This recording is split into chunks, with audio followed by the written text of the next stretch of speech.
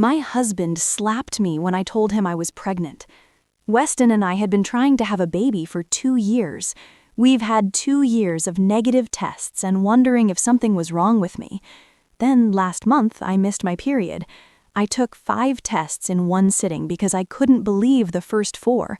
When those 2 pink lines finally appeared, I sat on the bathroom floor and cried until my sister Tessa talked me down through the phone.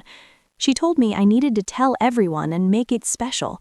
Don't just blurt it out over dinner. Throw a party. Invite everyone who matters. Turn this into a memory we'd tell our kid about someday. So that's exactly what I did. 7 weeks later, my house was packed with everyone I loved. My parents stood by the appetizer table. Tessa kept shooting me excited glances from across the room. Weston's parents had flown in from Arizona, and his younger brother, Sawyer, had shown up early to help me set chairs and arrange the gift table.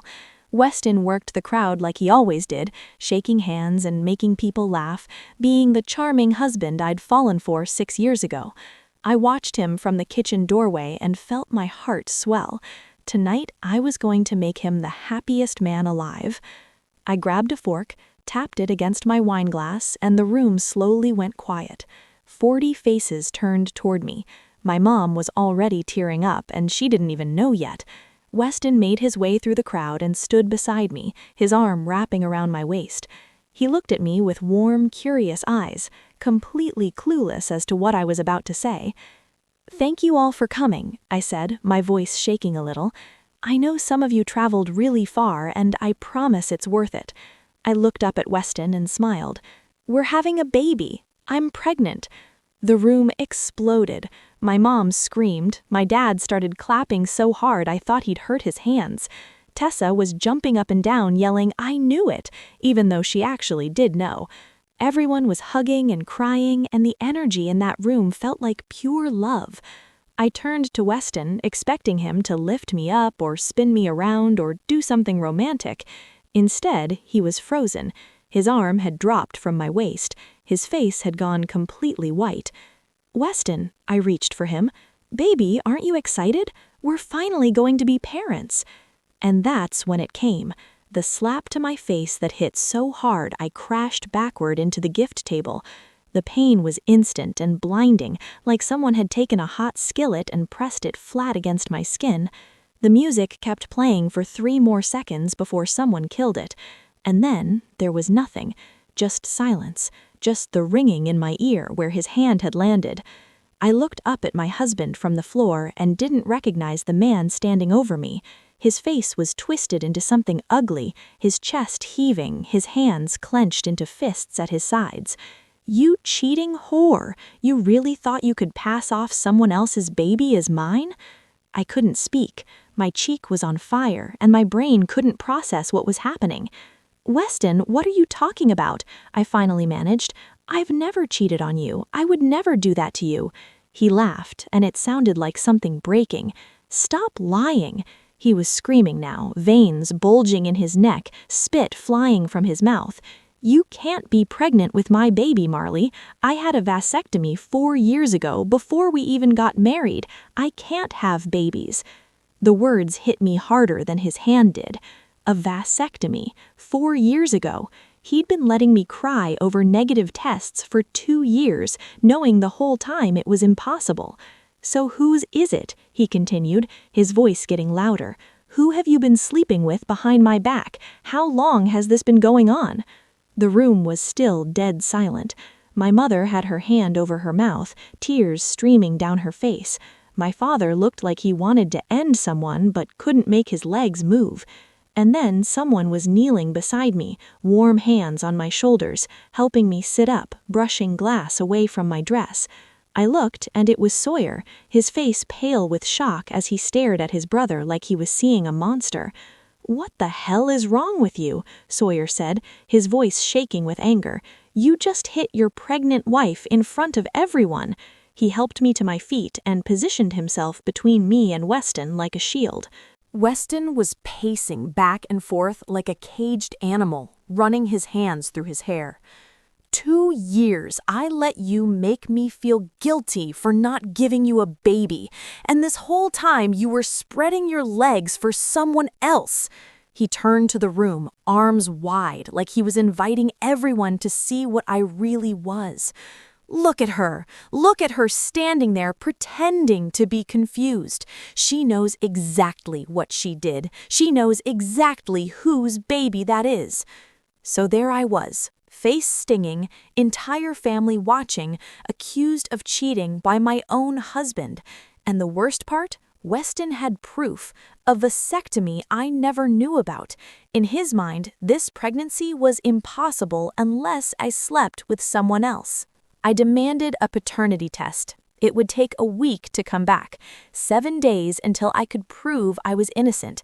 But I didn't know that those 7 days would be the worst of my life, because while I waited for science to save me, everyone I loved was about to turn on me. Everyone left the party without saying goodbye.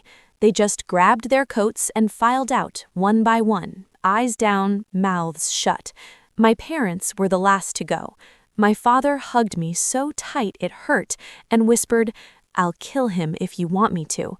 But I shook my head, because I still believed this was a misunderstanding. When the door finally closed, I turned around and Weston was already walking toward our bedroom. "Weston," I said. My voice came out smaller than I wanted it to. "Please, just listen to me. I don't know how to explain this, but I haven't been with anyone else. You're the only man I've been with in 6 years. There has to be another explanation." He laughed, but there was no humor in it, just this cold, empty sound that made me sick. "Another explanation for how you got pregnant by a man who can't make babies?" He took a step toward me. I flinched. I actually flinched away from my own husband, and I watched that register on his face. For half a second, something flickered in his eyes. Guilt, maybe? Or recognition of what he'd done. But then it was gone, replaced by that hard, angry mask. "I'd love to hear it, Marley. Really, enlighten me." I had nothing. No explanation, no defense except my own word, which clearly meant nothing to him anymore. "Then let's do a paternity test," I said. "Let's prove it scientifically, because when that test comes back showing you're the father, you're going to have to live with how you treated me tonight. You're going to have to look me in the eyes knowing you hit me and called me those things and humiliated me in front of everyone I love." Something changed in his expression. Doubt, maybe? Or fear? He was quiet for a long moment, and I let the silence stretch because I needed him to feel the weight of what he'd done. "Fine," he finally said. "First thing tomorrow." We sat in the clinic waiting room like two strangers sharing a bus stop. Weston sat 4 chairs away from me with his arms crossed and his jaw clenched so tight I could see the muscles jumping under his skin. Every few minutes he'd glance at me and then look away, like even the sight of me made him sick. I wanted to scream at him. I wanted to grab his face and force him to look at me, really look at me and see that I was telling the truth. But I just sat there with my hands folded in my lap, staring at the wall, trying not to cry in public. The nurse called my name first, and I went alone because Weston refused to be in the same room while they drew my blood. Afterwards, she told me I'd have to wait 7 to 10 business days. I sighed heavily. That meant 7 to 10 days of this hell. I nodded and thanked her and walked back to the waiting room on legs that didn't feel like mine. The texts from his family started on day 2. His mother went first. "I always knew you were a slut. Now my whole family knows it too." His sister followed an hour later. "You disgust me. I hope you lose that baby." His aunt sent a paragraph about how she'd warned Weston not to marry me, how she'd seen the trash in me from day 1, how I'd fooled everyone with my nice girl act, but now the mask was off. His cousin sent a photo of me from the party mid-fall with the caption, "Cheaters always get what they deserve."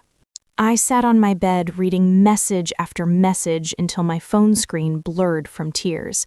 These people had hugged me at holidays. They'd sent me birthday cards. They'd told me I was part of the family. Now they were calling me names I'd never been called in my life and wishing harm on my unborn child. I turned off my phone because I couldn't take any more. Tessa came over that afternoon and found me still in bed. She climbed in next to me like we were kids again and held me while I cried. "You need to leave him," she said softly. "He hit you, Marley, in front of witnesses. You could press charges. You could take him for everything." My mother called that night saying the same thing. So did my father. So did everyone in my family who reached out. Leave him, sue him, make him pay. But I couldn't. Not yet, because the test would prove I was innocent and then everything would go back to normal. It had to. I lay awake that night with my hand on my stomach, trying to feel something, some connection to the life growing inside me. But all I felt was doubt. What if Weston was right? What if the vasectomy made it impossible? What if somehow, some way, something had happened that I couldn't remember? The thought made me sick, but I couldn't stop it from creeping in. I went through every night of the past 3 months in my head. Every time Weston and I had been together, every moment I'd been alone, nothing made sense. I knew I hadn't cheated. I knew it in my bones. But if Weston really couldn't have children, then whose baby was this? On day 4, Sawyer knocked on my door, holding a bag of takeout. "Figured you weren't eating," he said. His voice was gentle and his eyes were soft with concern. I hadn't showered in 2 days. I was wearing the same sweatpants I'd slept in, and my hair was tangled into a mess on top of my head. I looked like a mess, but Sawyer didn't seem to notice or care. He just stood there on my porch, waiting patiently for me to let him in. And I did. We sat at the kitchen table, and Sawyer unpacked containers of lo mein and fried rice and orange chicken. He didn't ask me what happened. He didn't ask me to explain myself or defend myself or prove anything. He just handed me a fork and said, "Eat something, please." So I did. Small bites at first because I had zero appetite, but the food was warm and the company was warmer, and slowly I started to feel almost human again. Sawyer talked about stupid things, a movie he'd seen last week, a coworker who kept microwaving fish in the office and stinking up the whole place, his neighbor's dog that barked at 3 in the morning every single night. He filled the silence with easy conversation that didn't require anything from me except to listen. And when I finally started crying, which I knew I would, he didn't panic or pull away. He just moved his chair closer and put his arm around my shoulders and let me fall apart. "I didn't do anything wrong," I said between sobs. "I know you probably think I did, but I swear, Sawyer, I have never been with anyone except your brother. I don't know how this happened. I don't understand any of this." He rubbed slow circles on my back and shook his head. "I believe you," he said quietly. "I don't know what's going on, but I know you're not that kind of person. Anyone who's spent 5 minutes with you knows that." I cried harder because after 4 days of being treated like a criminal, someone finally saw me. Someone finally believed me without demanding proof. Sawyer stayed for 2 more hours. He washed the dishes, even though I told him not to. He made sure I had his number saved in my phone in case I needed anything. And when he left, he hugged me at the door and told me to call him anytime, day or night, if everything got too heavy. I watched him drive away and felt something I hadn't felt in days. Hope. Someone was actually on my side and not trying to tell me what to do or berating me left and right. I survived the week from hell. Weston's family calling me every name, Tessa begging me to leave him, Weston looking through me like I was already gone. The only person who didn't treat me like a criminal was Sawyer. He checked on me every day, brought me food when I couldn't eat, told me Weston was wrong for what he did, but I held on because the test results were finally here. This was my proof, my vindication. Except when I opened that envelope, I didn't find salvation. I found something that made everything 1,000 times worse. 3 more days passed before the envelope arrived. Sawyer checked on me a few times and brought food when he could, but mostly I was alone in a house where my husband lived 20 feet away and acted like I didn't exist. Weston had been locked in the guest room since the night of the party. He'd leave for work before I woke up. He'd come home after I'd already gone to bed. The only sign he was still living there was the coffee mug in the sink every morning and the sound of the guest room door clicking shut every night. We existed in the same house like ghosts who couldn't see each other. Sometimes I'd stand outside the guest room door with my hand raised, ready to knock, ready to try one more time. But I never did. What was the point? He'd made up his mind about me. The only thing that would change it was proof, and proof was coming. When the mail truck finally pulled up on day 7, I was standing at the window like I'd been doing every afternoon. My heart jumped into my throat the second I saw the white envelope in the mailman's hand. Clinic logo in the corner, my name printed on the front, my entire future folded up inside a single piece of paper. I ran outside in my bare feet, not caring that the concrete was cold, not caring that I was still in my pajamas. I grabbed the envelope from his hands before he could put it in the box. He gave me a strange look, but I didn't care. I didn't care about anything except what was inside. I held it against my chest and felt my heart pounding so hard I could hear it in my ears. This was it. This was finally it. 7 days of hell were about to end. I was about to be vindicated. I called Sawyer first. I don't know why. Maybe because he was the only person who'd believed me. Maybe because I needed someone in my corner when I finally proved the world wrong. He answered on the second ring. "The results came," I said, and I could hear the hope in my own voice. "They're here, Sawyer. I'm holding them right now." He told me he'd be there in 10 minutes and to wait for him before I opened anything. I agreed because I wanted witnesses. I wanted everyone to see the moment I was proven innocent. Then I went to the guest room door and knocked. No answer. I knocked again, harder this time. "Weston," I called through the door, "the results are here. Come out. I want you to see this with your own eyes." I pressed my ear against the wood and heard movement inside. Footsteps, the creak of the bed, then silence. I knocked a third time. "I'm not going away. This affects both of us, and you're going to be here when I open it." More silence. Then finally, the lock clicked. The door swung open and Weston stood there looking at me with empty eyes. He'd lost weight in the past week. His face was pale and there were dark circles under his eyes like he hadn't been sleeping either. For half a second, I felt sorry for him. Then I remembered the slap. I remembered the names he'd called me. I remembered the way he'd turned the whole room against me. The sympathy disappeared. He didn't say a word. He just walked past me toward the kitchen and sat down at the table with his arms crossed, waiting. I followed him and placed the envelope in the center of the table between us. Neither of us touched it. We just stared at it like it might explode. Sawyer arrived 5 minutes later. I heard his car pull into the driveway and went to let him in. He looked nervous, which surprised me. His eyes kept darting to the envelope on the table and then back to my face. "You okay?" he asked quietly. I nodded because I was more than okay. I was ready. I was finally going to prove that I hadn't done anything wrong. He followed me into the kitchen and froze when he saw Weston sitting there.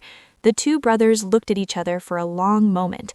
Something passed between them that I couldn't read. Then Sawyer pulled out a chair and sat down, positioning himself closer to me than to Weston. "You haven't opened it yet," he said, stating the obvious. I shook my head. I wanted witnesses. I wanted both of you to watch me open it so no one can say I tampered with anything, so no one can claim I switched the results or forged something or whatever other accusation might come next. I looked directly at Weston when I said that last part. He didn't react, just sat there with his arms crossed and his jaw tight, staring at the envelope like he was trying to set it on fire with his eyes. Sawyer reached across the table and put his hand over mine. His palm was warm against my cold fingers. "Whatever happens," he said softly, "I'm here, okay? No matter what that paper says, I'm not going anywhere." I squeezed his hand and thanked him for being the only person who'd stood by me through this nightmare, for the only person who'd believed me when everyone else had already decided I was guilty. Weston's eyes locked onto our hands, and something dark flickered across his face. His jaw tightened even more. His nostrils flared. "Seriously?" He laughed, but there was no humor in it, just ice. I'm sitting right here, and you're holding hands with my brother? Should I even bother reading those results, or do I already have my answer? I pulled my hand away from Sawyer's and stood up so fast my chair scraped against the floor.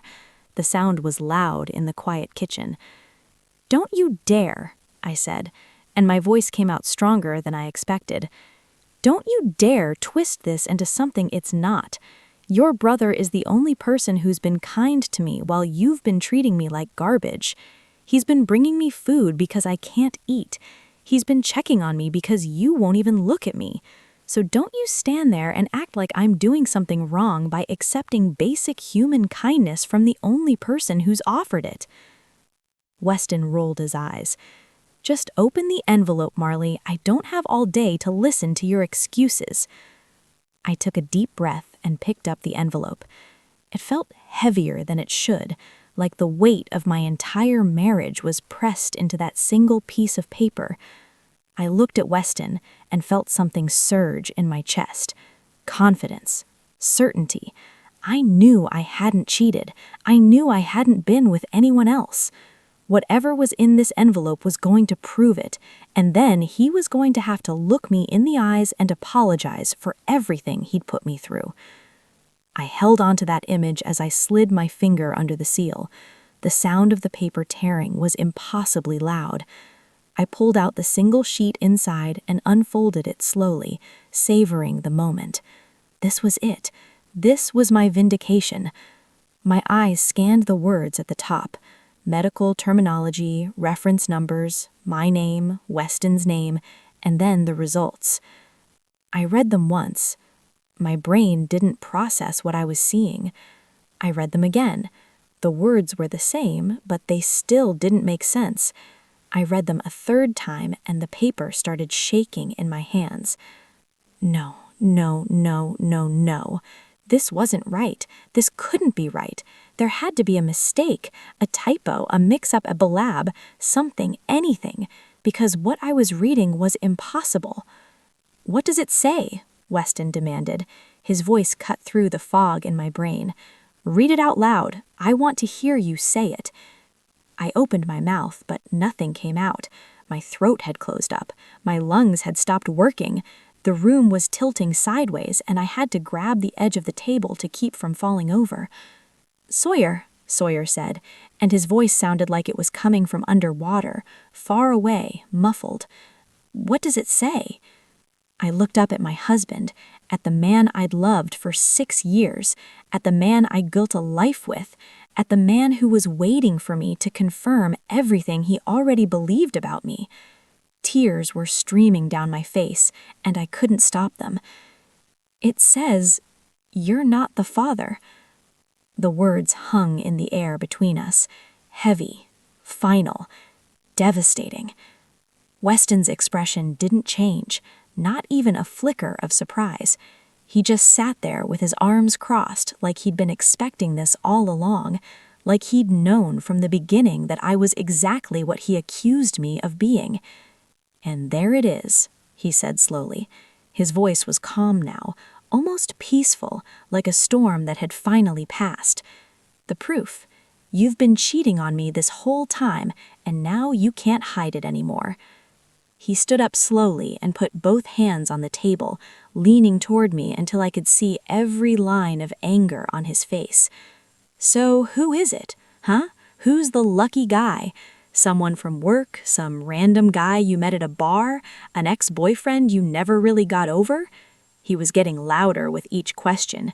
"Tell me, Marley, I deserve to know whose baby you're carrying in my house, whose baby you tried to trick me into raising as my own." "I don't know," I sobbed. The words came out broken and desperate. "I don't understand. I haven't been with anyone else. Weston, I swear on my life I haven't been with anyone else. There has to be a mistake. The lab made an error. We need to take another test. We need to—" He slammed his fist on the table so hard the envelope jumped and my whole body flinched. "The test isn't wrong," he was screaming now, full volume, veins bulging in his neck, just like the night of the party. Science doesn't lie, Marley. DNA doesn't lie. The only liar in this room is you." He pointed his finger in my face, and I could see his hand shaking with rage. "You've been lying to me for months, maybe years, and now you're standing there crying like you're the victim, like I'm the bad guy for being angry that my wife got pregnant by another Nan." "I didn't do this," I screamed back at him. Something inside me broke. All the fear and confusion and desperation came pouring out as rage. "I don't know how this happened, but I didn't do this. I have never been with anyone except you, not once in 6 years. I don't understand what's happening, but I know I didn't cheat. You have to believe me, Leston, please." I grabbed his arm, desperate for him to see me, really see me, to look past his anger and recognize the woman he'd married, the woman who loved him, the woman who would never betray him. "Please believe me, please, I'm begging you." He shoved me away so hard I stumbled backward. My hip hit the counter and pain shot through my side.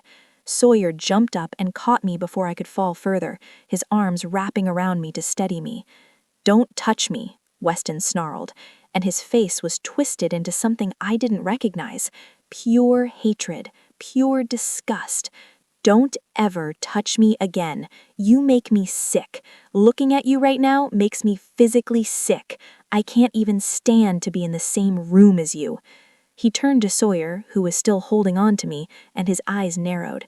"And you, my own brother, sitting here, holding her hand, comforting her, being her shoulder to cry on while my marriage falls apart?" He took a step toward Sawyer, and for a second I thought he was going to swing. "Did you know about this? Did you know she was sleeping around behind my back? Have you two been laughing at me this whole time?" Sawyer's face went pale. His arms tightened around me, almost protectively. "I didn't know anything," he said quietly. His voice was steady, but I could feel his heart pounding against my back. "I swear to you, Weston, I just came to support her when the results came in, that's all. I had no idea." Weston stared at his brother for a long moment, searching his face for something.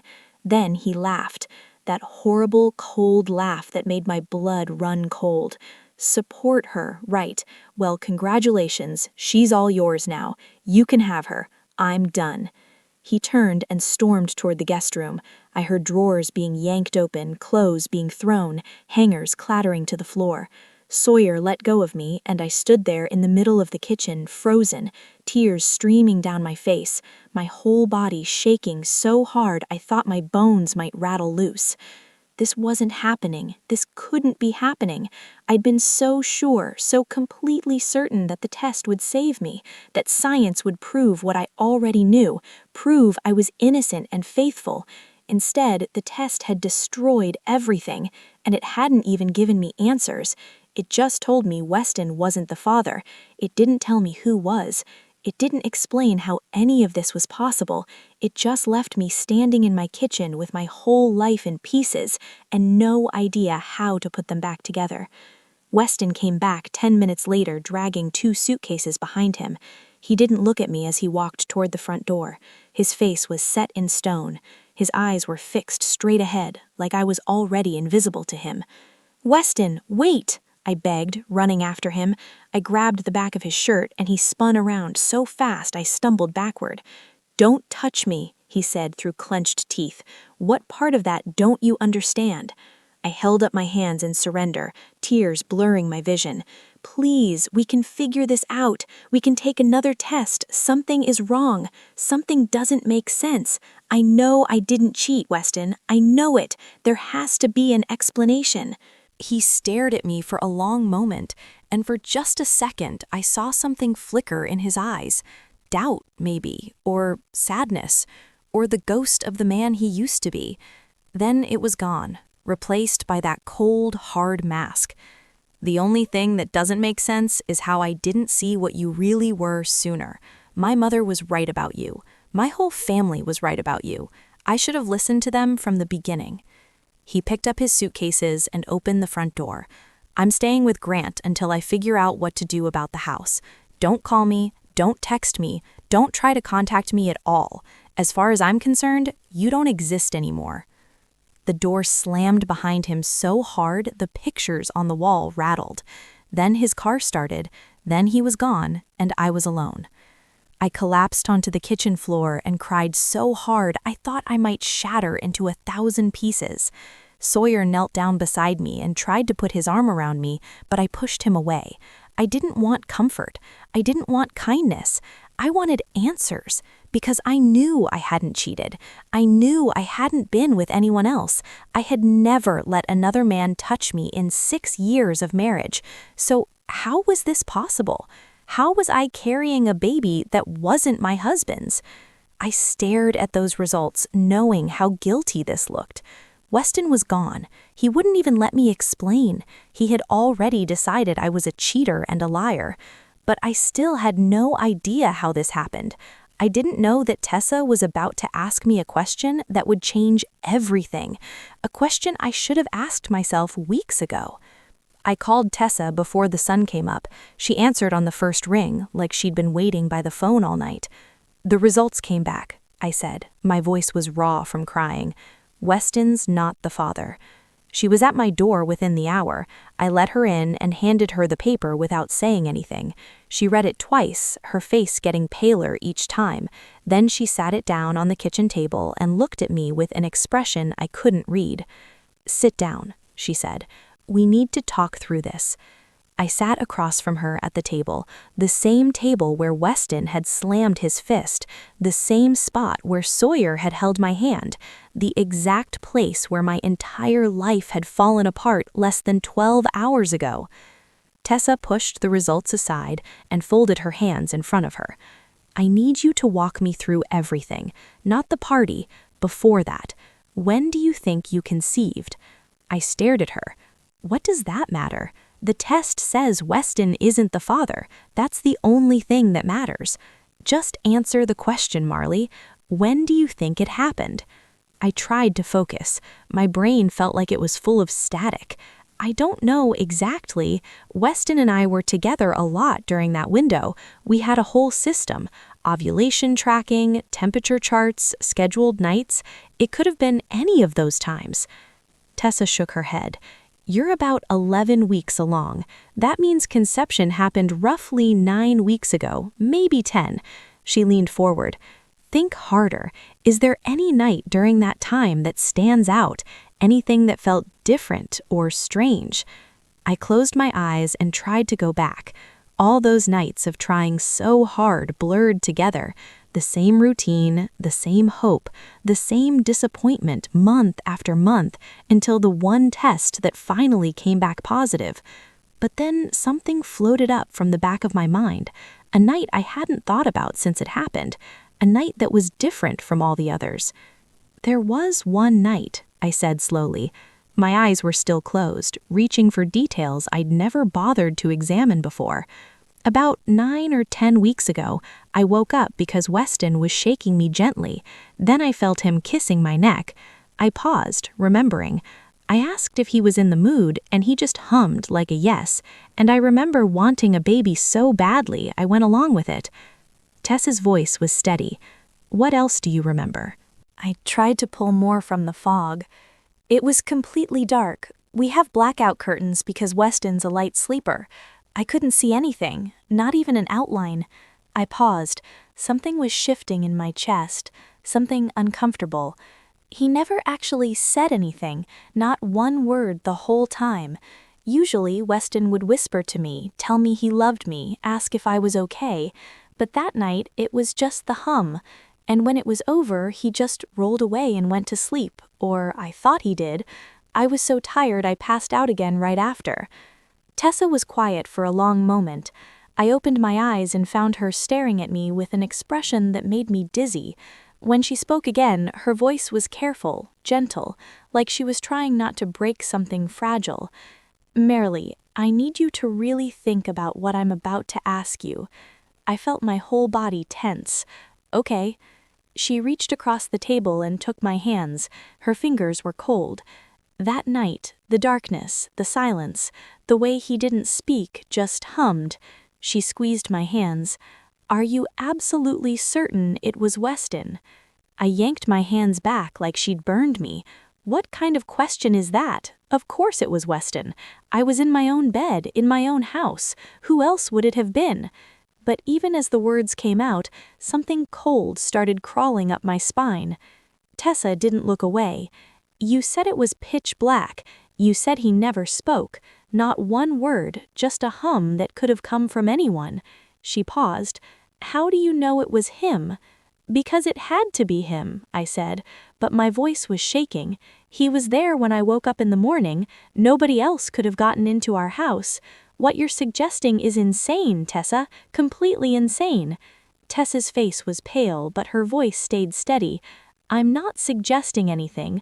I'm asking you to consider something, a possibility that would explain why you're pregnant with a baby that isn't Weston's, even though you swear you never cheated.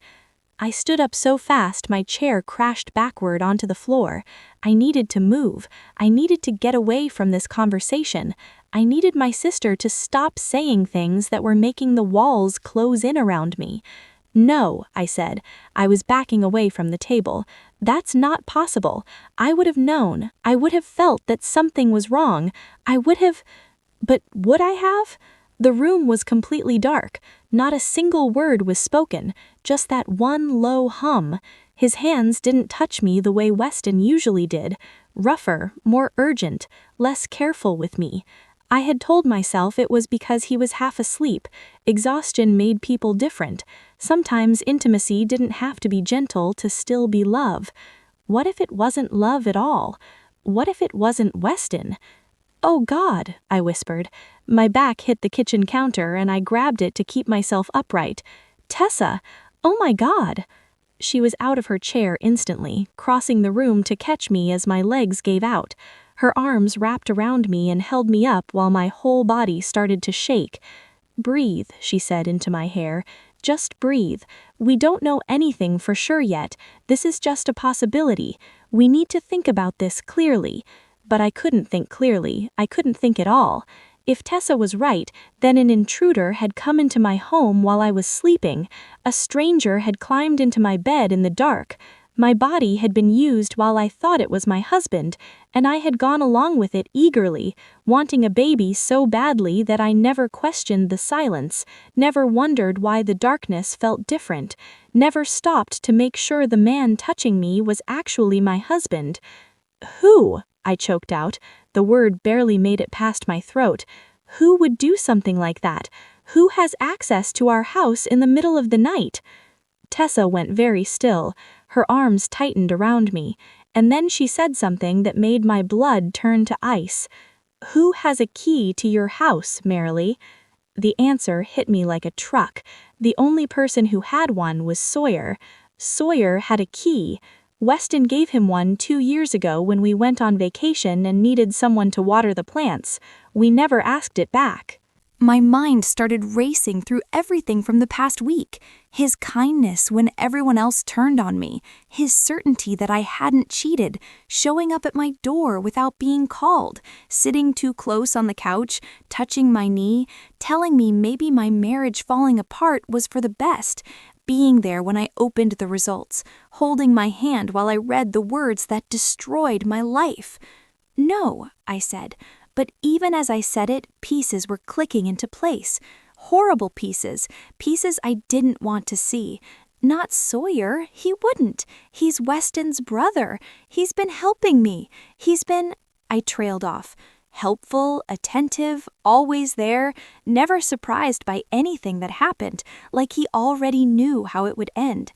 Tessa pulled back and looked me in the eyes. We need to find out for sure. Another test, one that compares your baby's DNA to Sawyer's. My hands were shaking so hard I could barely stand. And if it's him, if the test comes back positive, what do I do then, Tessa? What do I do if Weston's own brother did this to me? It wasn't Weston that night. The realization hit me so hard I couldn't breathe. Someone came into my bedroom in the dark, got into my bed, and I never knew. I thought I was trying to make a baby with my husband. I was being used by Sawyer. Every visit, every kind word, every time he told me Weston didn't deserve me. He knew the whole time. Now I had to make Weston believe me. He wouldn't answer his phone. He thought I was still the villain, but I knew where he was staying, and I wasn't going to let him hide from the truth anymore. Tessa didn't have an answer, neither did I, but I knew one thing for certain. Weston needed to hear this. He needed to know what his brother might have done. I grabbed my phone and called him, straight to voicemail. I called again, same thing. 5 more times I tried, each call going nowhere, each ring making me more desperate. He blocked me, or he was ignoring me. Either way, I wasn't getting through. "He's staying with Grant," I told Tessa. "I know where that is. I'm going over there." She tried to stop me, told me I should wait until I had proof, told me showing up hysterical with accusations against his brother would only make things worse. But I couldn't wait. Every second that passed was another second Weston believed I had betrayed him, another second Sawyer got away with what he did. I grabbed my keys and ran to my car before Tessa could say anything else. The drive to Grant's apartment took 12 minutes. I spent every one of them rehearsing what I would say, how I would make Weston listen, how I would convince him that his own brother had done something unthinkable. By the time I pulled into the parking lot, my hands were shaking so badly I could barely turn off the ignition. Grant's apartment was on the 3rd floor. I took the stairs 2 at a time and pounded on the door so hard my knuckles ached. No answer. I pounded again. "Weston," I yelled through the wood. "I know you're in there. Open the door, please. I figured it out. I know what happened." Silence. Then footsteps. Then the door swung open and Weston stood there looking at me like a ghost he'd been trying to outrun. His eyes were red. His clothes were wrinkled. He looked like he hadn't slept in days. "Go away, Marley." His voice was flat, dead. "I don't want to hear any more lies." I pushed past him into the apartment before he could stop me. Grant was sitting on the couch looking uncomfortable. I ignored him completely. "It wasn't me," I said, turning to face Weston. "I didn't cheat on you. I never cheated on you, but someone did get me pregnant. Someone who had access to our house. Someone who came into our bedroom in the middle of the night while it was pitch black and I couldn't see anything." Weston's jaw tightened. "What are you talking about?" I told him everything. The night I woke up to someone shaking me, the kiss on my neck, the hum instead of words, the complete darkness, the way nothing felt quite right but I was so desperate for a baby that I didn't question it, the way whoever it was never spoke, not once, just that single hum when I asked if he was in the mood. Weston's face changed as I talked. The anger was still there, but it was moving away from me and towards something else, someone else. Who has a key to our house? Besides us, who else can get in? I watched the realization hit him, watched his eyes widen, watched his hands curl into fists at his sides. "Sawyer," he whispered. The name came out like poison. "I gave Sawyer a key 2 years ago." I nodded. Tears were streaming down my face, but I didn't wipe them away. "He's been so helpful this whole week, Weston. Showing up without being asked, bringing me food, telling me you didn't deserve me, holding my hand when I opened those results." My voice cracked. He knew the whole time because he's the one who did it." Weston didn't say anything for a long moment. His chest was heaving. His face had gone from pale to red. When he finally spoke, his voice was barely controlled. "Get in the car." We drove to Sawyer's apartment in complete silence. Weston's knuckles were white on the steering wheel. His jaw was clenched so tight I could see the muscles jumping under his skin. I didn't know what he was going to do when we got there. Part of me was scared to find out. Sawyer's building was a nice complex on the east side of town. We pulled into the parking lot, and Weston was out of the car before I had my seatbelt off. I ran after him as he stormed toward the entrance. He didn't buzz, he didn't call, he just waited until someone came out and caught the door before it closed. We took the elevator to the 4th floor. Weston pounded on the door with his fist. For a few seconds, nothing happened. Then the lock clicked. The door swung open, and there was Sawyer. He wasn't surprised to see us. That was the first thing I noticed. No shock on his face, no confusion, no panic. He just stood there in the doorway looking calm, almost peaceful, like he'd been waiting for this exact moment. "Hey," he said. His voice was steady, casual, like we'd just stopped by for a visit. Weston grabbed him by the shirt and shoved him backward into the apartment. "Tell me the truth. Tell me what you did to my wife." Sawyer didn't fight back, didn't try to defend himself. He just let Weston push him until his back hit the wall. Then he looked past his brother, directly at me. His eyes found mine, and something in them made my skin crawl. Intensity, hunger, possession, like he was looking at something that belonged to him. "Marley," he said softly. My name in his mouth made me want to vomit. "I've been waiting so long to finally tell you everything." Sawyer stood in that doorway looking at us like he'd been expecting this moment his whole life. No panic, no guilt, just this calm expression that made my skin crawl. Weston demanded answers. I held my breath, waiting for denials, excuses, anything that would let me pretend this was some horrible mistake. But he didn't deny it. He smiled, and what came out of his mouth next proved that this wasn't a moment of weakness or a drunken accident. This was planned. This was obsession. This was everything. The corners of Sawyer's mouth curled upward in a way that made him look like a completely different person. Not the kind brother who brought me takeout, not the gentle voice that told me everything would be okay. This smile was slow and deliberate and wrong. The kind of smile someone wears when they've been keeping a secret for years and finally get to say it out loud.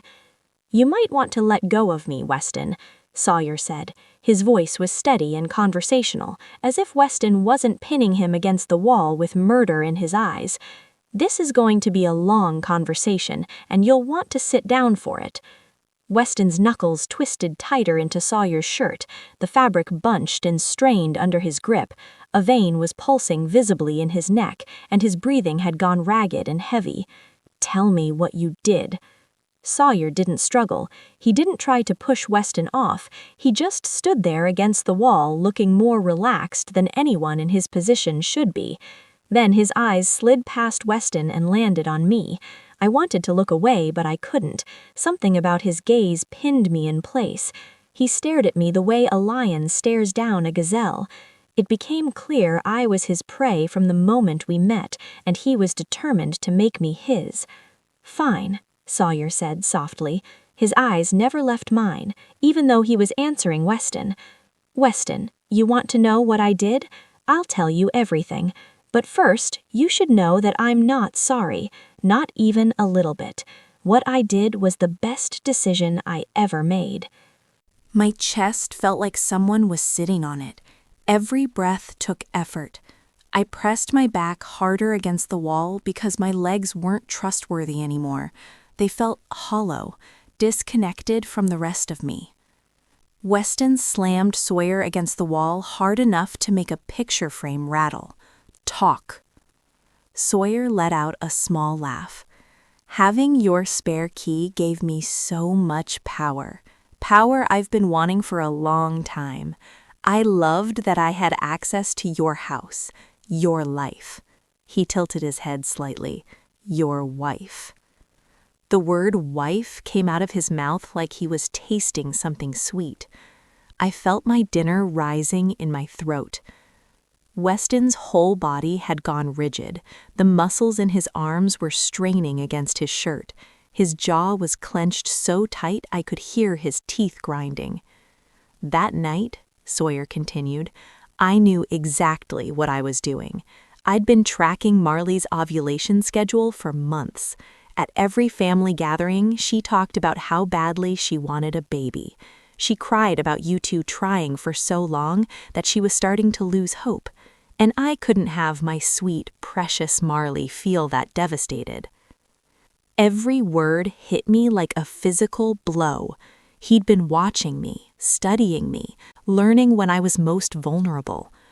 "But then something interesting happened," Sawyer continued. His voice had turned almost cheerful now. "You got a vasectomy, and you didn't tell her. You let her believe something was wrong with her body while you sat there knowing the whole time you'd made sure she could never have your baby." He laughed softly. "That's when I realized the universe was giving me a sign. You didn't want to be a father, but I did. And Marley deserved to have the baby she'd been crying herself to sleep over for 2 years." Sawyer continued, "I waited for the perfect night. I knew your bedroom layout, knew about the blackout curtains, knew Weston slept like the dead after his night poker games. All I had to do was slip in around 3 in the morning, climb into bed, wake you up the way a husband would." He looked at me again, and his expression softened into something that made me want to scream. Tenderness, affection, like he was remembering a romantic moment we'd shared. "You were so sweet that night, Marley, so eager. When I kissed your neck, you made this little sound, this happy little sigh. And when you asked if I was in the mood, I almost broke character and told you the truth right there, how much I loved you and wanted you." He smiled happily at that, while tears poured down my face. I couldn't do anything except stand there and listen to him describe the worst thing that had ever happened to me. "But I stayed quiet," Sawyer continued, "just hummed a yes and let you believe what you wanted to believe. And afterwards, when you curled up against me in the dark, I laid there for almost an hour just holding you, listening to you breathe, feeling your heartbeat against my chest. It was the happiest I'd ever been." Weston released one hand from Sawyer's shirt and pulled it back into a fist. His knuckles were white. His arm was shaking with the effort of not swinging. "You sick piece of garbage," Weston spat. Each word came out through gritted teeth. "You violated my wife in my house, in my bed?"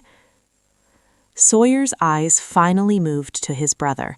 Something flickered in them. Not guilt, not shame, annoyance, like Weston was interrupting something important. "She was never really yours, Weston. That's what you don't understand.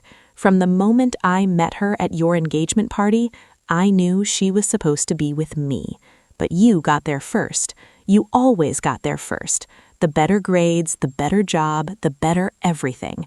And then you got her, too." His voice dropped lower, harder.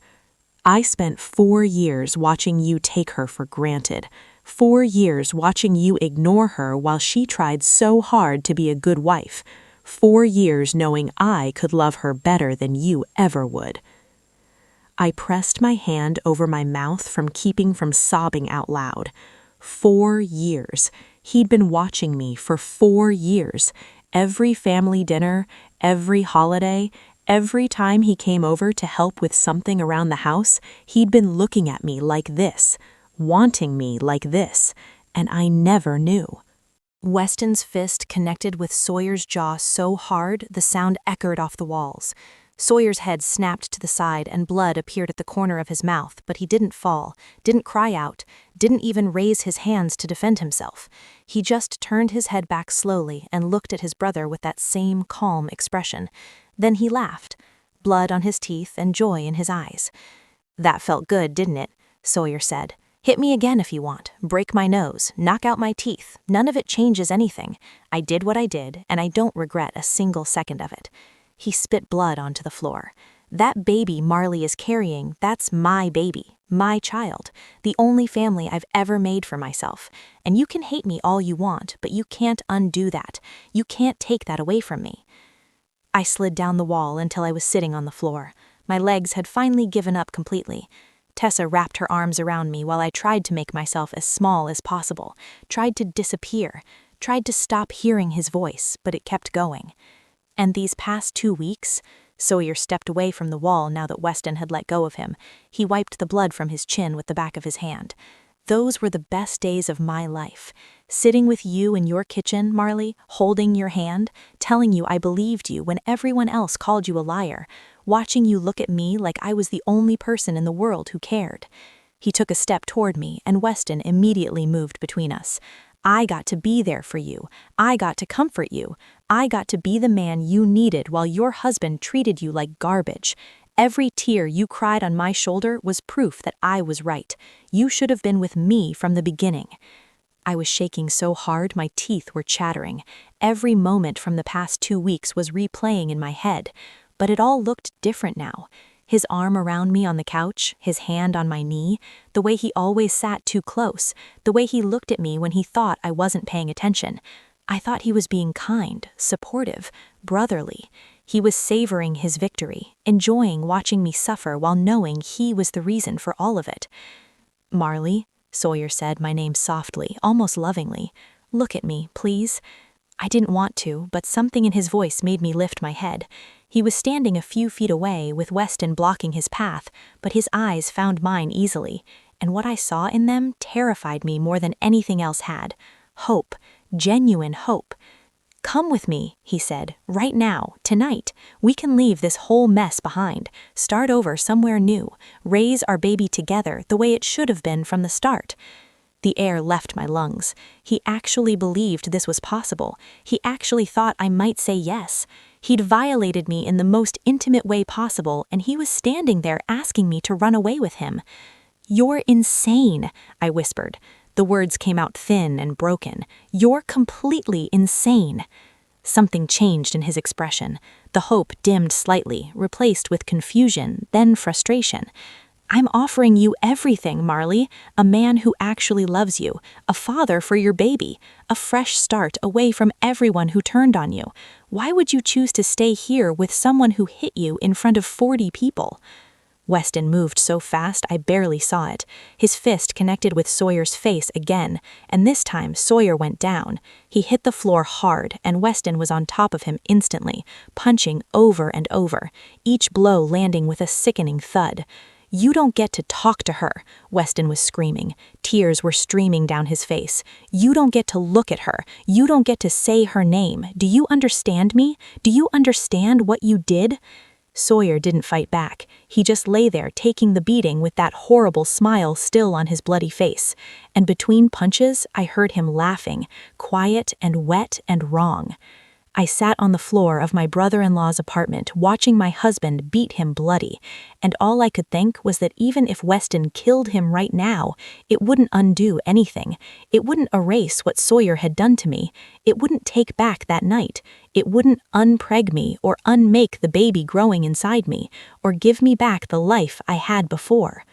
I was vindicated. Weston finally knew the truth. I wasn't a cheater. I wasn't a liar. I was a victim. But being a victim didn't feel like winning. It felt like being hollowed out from the inside. Weston finally stopped hitting him. His knuckles were split open and covered in Sawyer's blood. His chest was heaving. His whole body was shaking with rage that had nowhere else to go. Sawyer was still conscious, still smiling through swollen lips and bloody teeth, still looking past Weston directly at me. "It was worth it," Sawyer slurred. His voice was thick with blood. "Every second, every punch, all of it. Because for one perfect night, you were mine, Marley, and nothing either of you do will ever change that." I let out the most blood-curdling scream. We called the police that night. They took Sawyer away in handcuffs while he smiled at me through the back window of the car.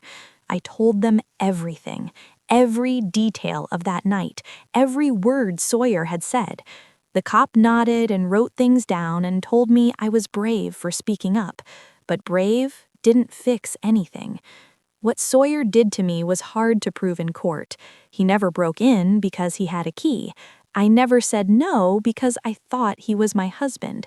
The lawyer called it a he said, she said situation, even though Sawyer had told us everything himself.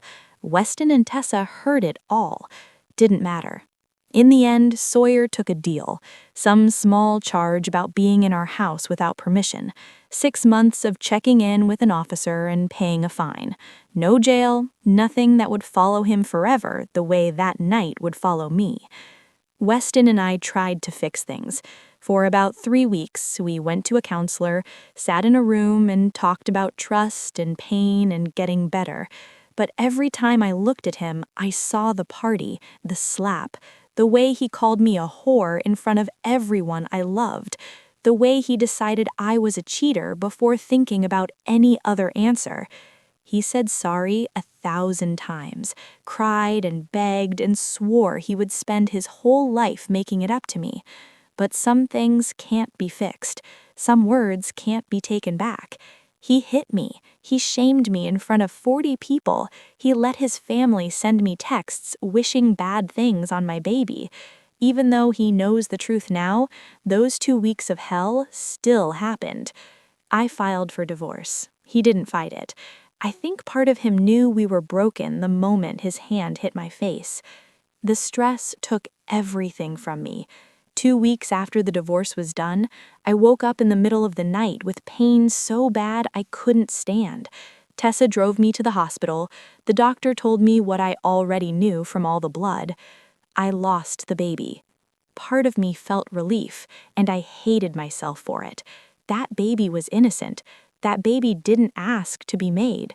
But every time I thought about carrying Sawyer's child, every time I pictured looking into a face that might have his eyes or his smile, I couldn't breathe. Now the baby was gone, and I didn't have to choose. The guilt from feeling relieved will probably stay with me forever. But for now, there's nothing I can do but start a new life far from everyone.